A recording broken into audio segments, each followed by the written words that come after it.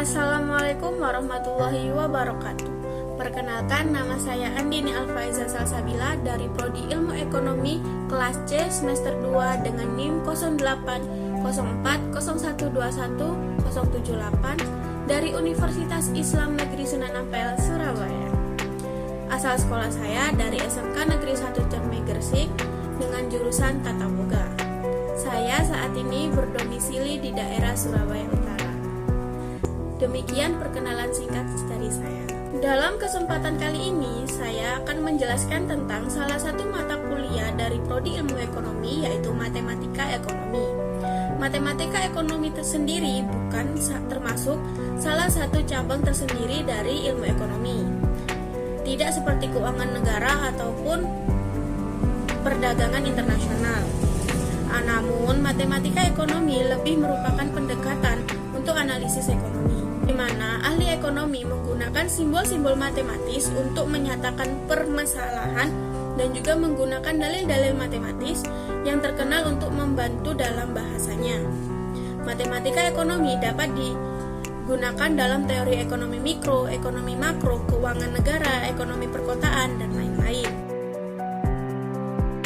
Perbedaan antara matematika ekonomi dan non-matematika ekonomi adalah matematika ekonomi, asumsi dan kesimpulan dinyatakan dalam simbol-simbol matematis, bukan dalam kata-kata, dan dalam persamaan bukan kalimat-kalimat kedua sebagai pengganti logika.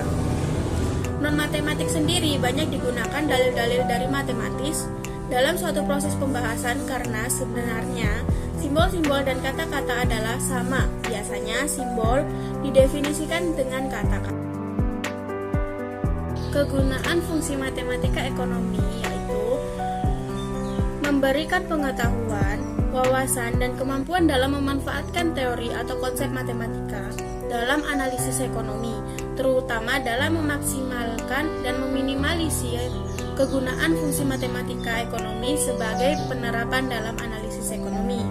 Yang kedua yaitu kegunaan fungsi matematika ekonomi dapat menggunakan pemahaman fungsi untuk menyelesaikan persoalan dalam bisnis dan ekonomi.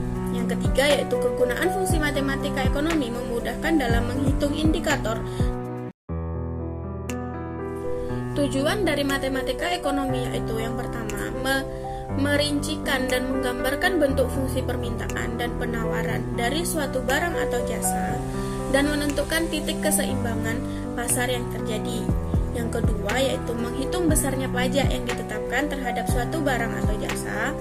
Yang ketiga yaitu menuliskan dan menggambarkan grafik dari fungsi permintaan atau penawaran serta titik keseimbangan pasar yang baru akibat terkena pajak.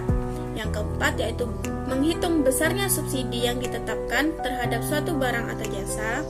Yang kelima yaitu menuliskan dan menggambarkan grafik dari fungsi permintaan atau penawaran serta titik keseimbangan pasar. Dan yang keenam yaitu menghitung besarnya utilitas atau kepuasan atau kegunaan yang diperoleh dari seseorang yang mengonsumsi barang atau jasa tersebut. Peranan matematika dalam kehidupan ekonomi. Yang pertama, hubungan-hubungan antara berbagai faktor ekonomi dapat dinyatakan secara singkat dan lebih jelas. Yang kedua yaitu perubahan-perubahan dari faktor-faktor kuantitatif mudah dihitung dan dilukiskan dalam bentuk tabel ataupun diagram. Yang ketiga yaitu definisi dan asumsi dapat dirumuskan secara singkat.